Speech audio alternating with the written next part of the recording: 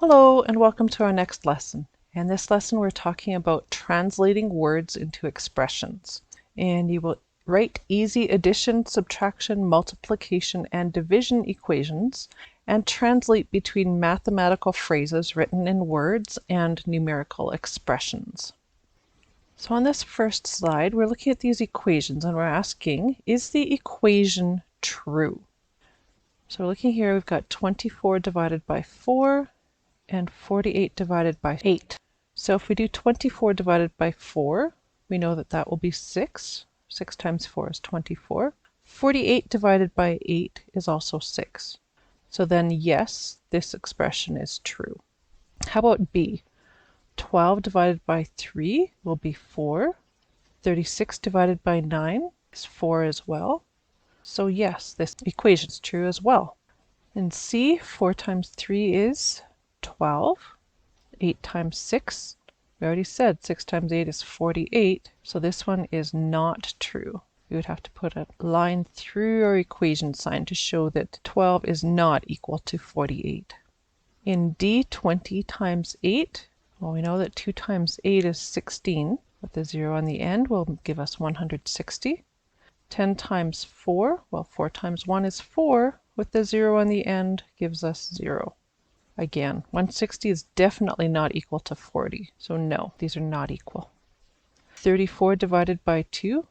This one gets a bit trickier, but if you know that half of 30 is 15, then if we add 2 more, then we know that that's 17. And 68 divided by 4. Not sure about that one, let's do that one over here. 68 divided by 4. 6 divided by 4 will be 1. 4 times 1 is 4. 6 minus 4 gives us 2.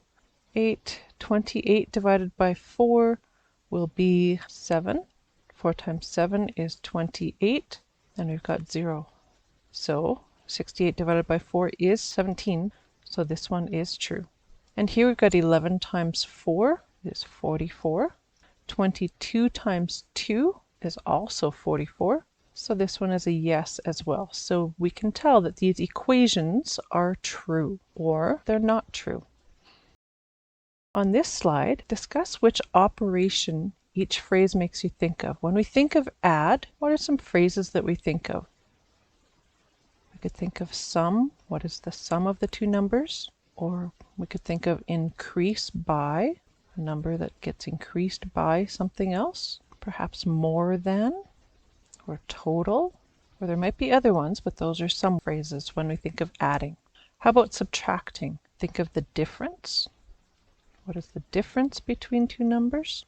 Or less than. Here if we had increase by, we could say decrease by. We could even say reduced by, or fewer than. Any more you can think of? How about multiply? When we multiply, what are some words that you think of? We could think of the product. That's the answer to a multiplication question. We often say times, 5 times something or 8 times something. Or we could say something like twice as many, or 3 times as many, 5 times as many. We could put any of those in there, right? And there might be other phrases that you think of as well. How about dividing? When we divide, what do we think of? Well, the quotient is the answer to a division question. We can think of the word divided, 20 cupcakes divided by 4 people. Or we could think of shared equally. That's how we're usually introduced to division, is thinking about equal sharing. Now you might think of other ones, but those are some of the basic words that we think of. So thinking about how we translate phrases into an expression, if we're thinking of 5 more than 7, we start with 7. And if it's more than, then we're going to add it. And how much will we add? We'll add the 5. So this mathematical expression actually means 5 more than 7. So it's interesting how we go a little bit backwards when we're writing it down and when we're saying it, but that's the way we usually think of it. In B, we're thinking of 5 less than 7. So think that through. We start with 7. Because we want 5 less. So if it's less, we'll subtract, and we will subtract the 5. 5 times 7. Now here we don't necessarily start with the 7. We could start with the 5 times, we're multiplying 7. It would be just as right if we said 7 times 5. Either way would work, right? So we don't always start with the second number first. In D, we're asking for the product of 7 and 5. Remember what a product is? Multiplication. So here, 7 times 5, or 7 multiplied by 5. Or we could also say 5 multiplied by 7, because we know that we can write multiplication either way. In E, we have 7 reduced by 5. If we're reducing it, we're subtracting. So we're going to start with 7, and it's reduced by 5. And in the last one, 7 divided by 5, so we're starting with 7 again, dividing it by 5. So pay attention to what the words are actually saying. Don't rush through these kind of questions, because sometimes you need to be careful about which way you write them, and sometimes the order that you write them doesn't matter. Here's a few more. 5 divided by 7. So in this one, which number do we start with? We're starting with the 5 here, because 5 is being divided by 7. In H, we have 7 decreased by 5. So we're starting with 7, and it's being decreased by 5. 7 minus 5. In I, we've got 7 increased by 5. So when we say by, we're using the second number to do something to the first number. So we're starting with the first number. If we're increasing, we're adding, and we're adding 5. In J, the sum of 7 and 5. Now here we would normally write 7 plus 5, but it would be just as correct to write 5 plus 7. Either way would work, because we know that when we're adding two numbers, it doesn't matter which order we add them in. In K, 5 fewer than 7. If it's fewer than, we know that we're starting with 7 and subtracting 5, taking 5 things away from 7. And in L, here's the product of 5 and 7. So 5 times 7, or again, we could say 7 times 5, because either way it would work. Here's a bonus question. Here we've got two steps. We've got 3 multiplied by 7, then increased by 5. So we would start with 3, multiply it by 7, and then increase it by 5. The way that we would normally read this is 3 times 7 plus 5. But the way that sounds more advanced and more educated would be to say 3 multiplied by 7, then increased by 5. So this one kind of follows up with that bonus question, and it asks us to translate the phrase into an expression with more than one operation. So the last two slides just had one operation. Now we have 2 operations. And our hint says to use brackets to include which operation has to be done first. So A says to divide 6 by 2, then add 3. So what number do we start with? We'll start with the 6, because we're going to divide 6 by 2. Our first operation will be dividing, because that's what it says to do first. 6 divided by 2. So since that's first, we'll put it in brackets. And then we'll add 3. B asks us to add 4 and 6, then divide by 5. So we'll start with 4 plus 6. Put that in brackets to show that that's what we do first. Then we will divide that number by 5. And remember, these are just expressions, so we don't need to worry about putting an equal sign in. C says to multiply 5 and 4, then add 2.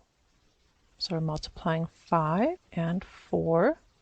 Be careful, because even though we say and here, we have to keep in mind it's multiplying those two numbers. Sometimes and means that we're adding, but here we're saying multiplying these two numbers. So keep that straight. Make sure you're reading and understanding all of it. And then add 2. D asks us to divide 8 by 4. Put that in the brackets to show it's first. Then multiply by 3. E asks us to subtract 2 from 5. So we'll do 5 minus 2, because 2 is coming from 5. That's our first step. Then multiply by 4. And we could put bigger brackets around those to show that that's the next step, because we have 3 steps here, right? Then we have to add 3. Now let's do it the other way, writing mathematical expressions in words. When you were younger, you would say this is 3 plus 5, right? But now we're learning how to write it in a more advanced way, a more educated way, we could say. So we could say add 5 to 3. And that just sounds a little bit more advanced, a little bit more educated than saying 3 plus 5. They both mean the same thing, but it's just a different way to phrase the same thing. Now here they're asking us to write each of these operations in words. Remember, we're just writing expressions, not equations, so we have no equal sign here. What would we do for this one? 5 times 2 is the way that you probably learned it last year, maybe even the year before. We could say multiply 5 and 2. That's one way that we could write it. There's a few different ways that we could, but we'll stick with that one for now. For B, we've got 7 minus 4. Another way that we could write it using the word subtract. We could say subtract 4 from 7. In C, we've got 4 plus 7. Let's use the word add, and you've probably guessed how to do this by now. Add 7 to 4. Notice how we're using the second number to do something to the first number. And D is fairly easy. We're just going to divide 15 by 3. Okay, so now we're going to write a mathematical expression with 2 or more operations in words. So we have 2 operations here, addition and multiplication. How are we going to write them in words?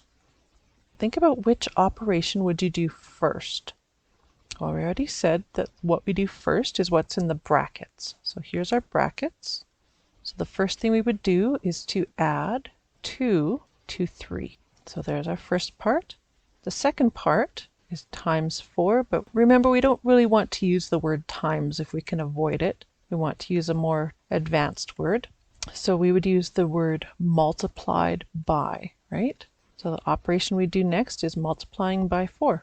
In total, this would say add 2 to 3, and we should write the word then, so we know that it comes second, multiply by 4. Here's a problem to help us to put this into context. If a parking lot charges $3 per hour, so you need to pay 2 times $3 for 2 hours, how much do you need to pay for 4 hours? If it's $3 per hour, you would need to pay 4 for 4 hours times $3 for each hour. 4 times 3 would be our expression that we would use for that one.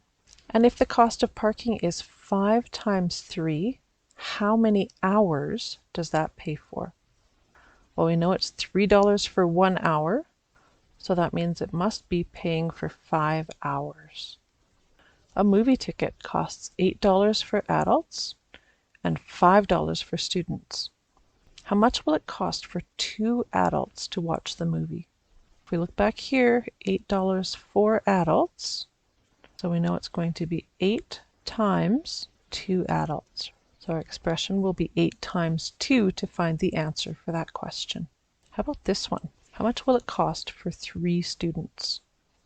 If it's $5 for each student, then for 3 students, it'll be 5 times 3. And we can figure it out from there, right? Knowing our times tables. How much will it cost for 2 adults and 3 students? Well, we've got the cost for 2 adults here, so we know it will be 8 times 2. Let's put that in brackets because we have more than one operation. And for 3 students, it's 5 times 3. And we're going to put that in brackets too. And we're going to add them together. So the reason that these are in brackets is because we want to find out the cost for adults first, and then the cost for students, and then add them together. So 3 things that we have to do in total in this equation to answer the question. It wouldn't make sense if we just said 8 times 2 plus 5 times 3, because you might get mixed up and add the 2 plus 5 first. Or you might do 8 times 2 plus 5 and then multiply all of that times 3, and that would not get you the correct answer. That's why we put the brackets in, to show what we do first, what we do second, and in this case, what we do third. So now with this understanding, you should be able to do pages 5 and 6 in your practice book. As always, let me know if you have any questions, and I'd be happy to help you with them. See you next time.